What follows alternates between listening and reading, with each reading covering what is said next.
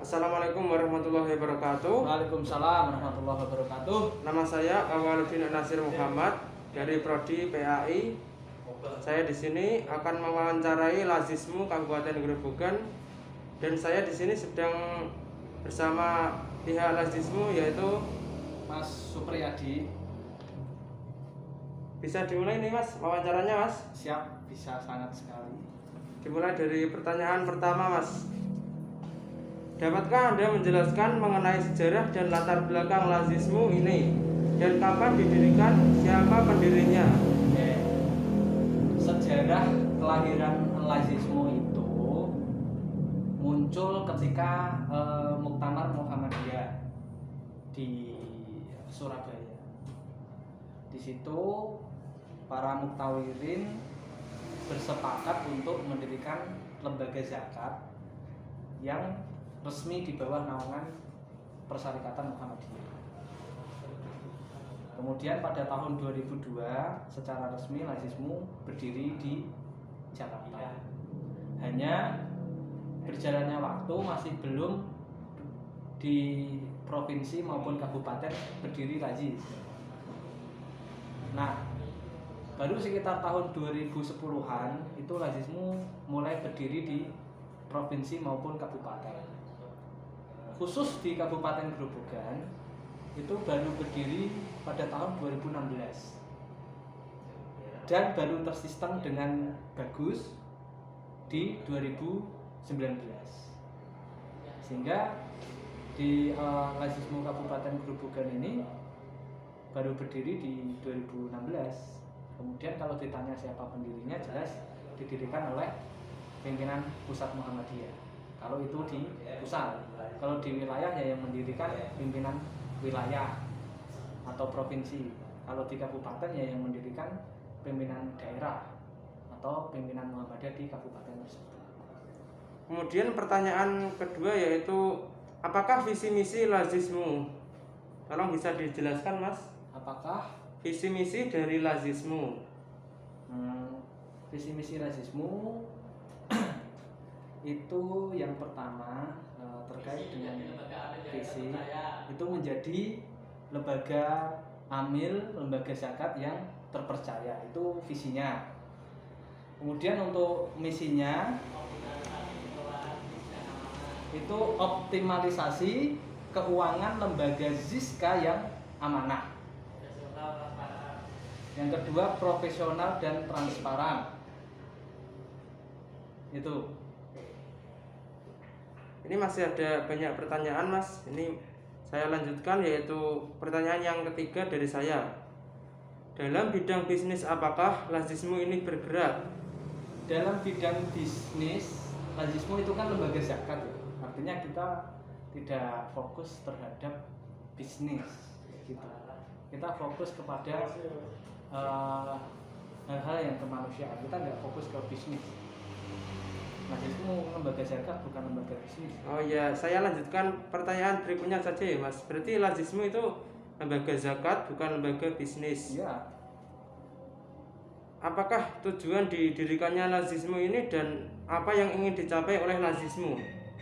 Tujuan Lazismu itu untuk secara internal Muhammadiyah untuk menghimpun dana zakat infak.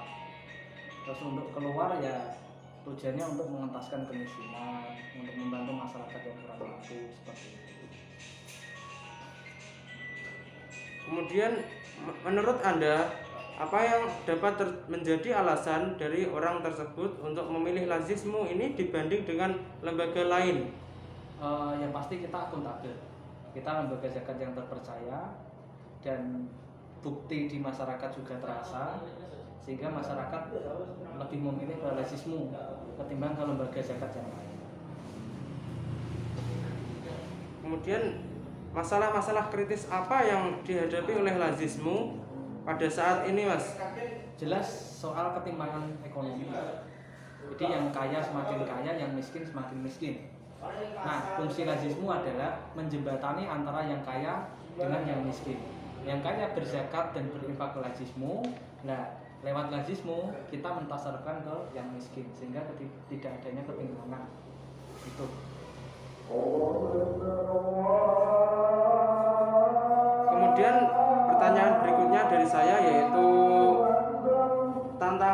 eksternal apa saja yang mempengaruhi kinerja Lazismu saat ini? Tantangan eksternal jelas adalah banyaknya lembaga filantropi atau lembaga amal yang dia tidak terlembaga. Artinya ada beberapa kelompok masyarakat yang menghimpun dana, cuman dananya itu tidak jelas dilarikan kemana. Sedangkan kita ada lembaga zakat yang resmi. Nah, itu menjadi tantangan kita supaya masyarakat itu memilih lembaga zakat yang terpercaya seperti Lazismu. Masih ada 3 pertanyaan lagi, Mas. Apakah Lazismu memiliki hubungan kerjasama dengan pihak lain seperti rekanan, pemasok yang dapat mendukung kegiatannya? Siapakah mereka? Apa bentuk dukungannya kepada Lazismu? Oke. Untuk pelaksanaan program kita sering bekerja sama dengan Rumah Sakit PKU Muhammadiyah. Itu kita bekerja sama untuk program kesehatan. Kegiatannya pengobatan gratis, juga termasuk pengadaan ambulan. Alhamdulillah kita sekarang sudah punya ambulan yang itu difungsikan untuk melayani masyarakat secara gratis. Terus kemudian untuk program kemanusiaan kita kerjasama dengan BPBD, Badan Penanggulangan Bencana Daerah, untuk terjun di lapangan bareng-bareng ketika terjadi bencana alam di Kabupaten Grobogan. Sementara mungkin baru 2 itu ya, kita bersinergi dengan instansi lain. Pertanyaan berikutnya yaitu 2 pertanyaan terakhir. Apakah peranan Lazismu Grobogan dalam pandemi COVID-19 di masyarakat sekitar? Oke. Untuk pandemi COVID, kita memiliki 3 program unggulan. Program yang pertama itu program ketahanan pangan. Ketahanan pangan itu kita bagi menjadi 2. Satu, ketahanan pangan yang bersifat konsumtif, yaitu bantuan paket sembako untuk duafa. Kalau ketahanan pangan dalam bentuk produktif, kita pemberian bibit tanaman yang itu bisa untuk menjadi ketahanan pangan. Misal kayak cabai, terus kemudian tanaman-tanaman yang lain, kangkung dan lain sebagainya. Juga kita kemarin pengadaan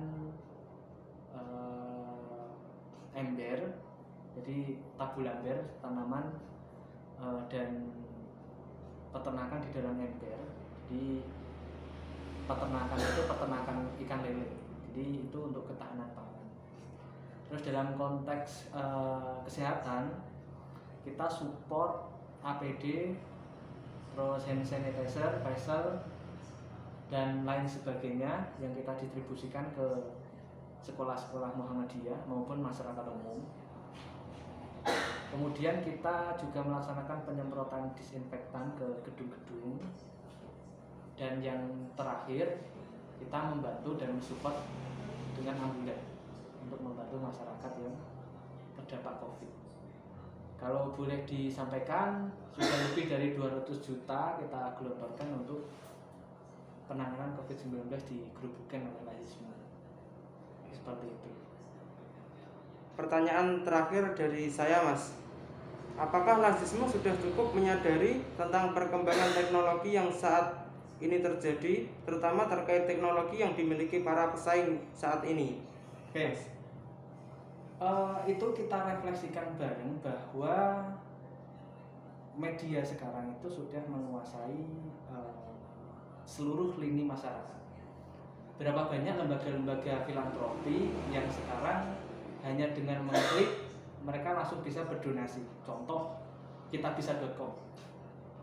Lembaga filantropi kitabisa.com itu adalah lembaga filantropi yang dalam penggalian dananya hanya menggunakan medsos. Nah, Lazismu lewat pimpinan pusat kemarin juga telah melaunching aplikasi yang persis seperti dengan kitabisa.com.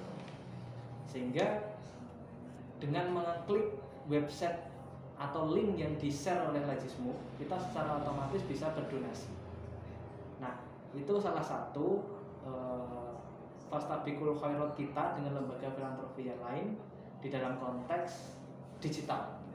Tapi kita pastikan sebagus apapun mereka, saya yakin Al-Azizmu akan senantiasa istiqomah dan senantiasa terus berjuang untuk kemaslahatan masyarakat dan selalu berjuang untuk kemanusiaan. Terakhir kita sampaikan bahwa di Muhammadiyah satu-satunya lembaga amil zakat itu Lazismu.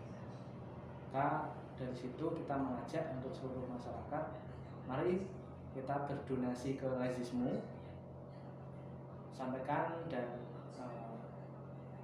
donasikan zakat, infak dan sedekah Bapak Ibu semuanya ke Lazismu. Teman-teman mahasiswa juga bisa bantu untuk penggalangan dana melalui Lazismu seperti itu. Itu Mas Awwaluddin. Ya, baik Mas. Terima kasih sudah menjadi narasumber saya. Semoga Lazismu semakin berkembang, semakin jaya, semakin dipercaya oleh masyarakat. Amin, amin, amin. Kita akan tutup dengan bacaan Alhamdulillahirabbil alamin dan salam. Waalaikumsalam warahmatullahi wabarakatuh.